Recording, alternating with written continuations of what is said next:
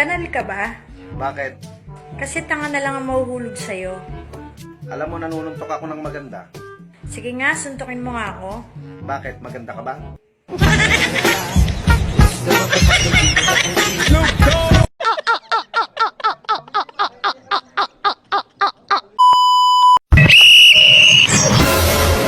Love, nagugutom ako.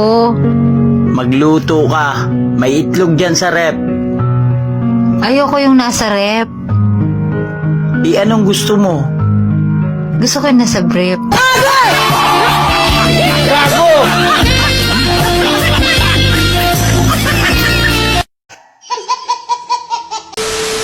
Hatid mo ko. Ha? Wala pa akong pera eh. Wala pa yung allowance ko.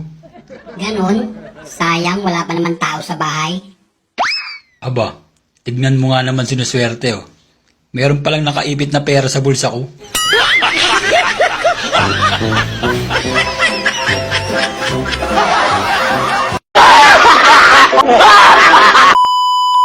Sir, sino ang mas masarap? Ako o si ma'am? Siyempre, ikaw, Inday.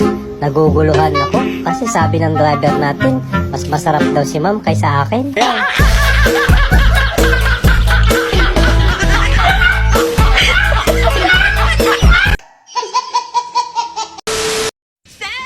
Sir, naku, mag-resign na po ako, sir. Hindi ko na po kailangan magtrabaho kasi yung tatay ko nakahalukay ng gold worth 100 million. Mayaman na po kami, hindi na ako kailangan magtrabaho. I resign. Talaga? Tawagan mo yung tatay mo. Sige po, mag-congratulate kayo, sir. Ano? Hello, Papa. Ayun po, ikaw sabi na kayo na tong amo ko. Buka muna. Hello. Magandang hapon po. Opo, kayo ba yung tatay ni Yaya?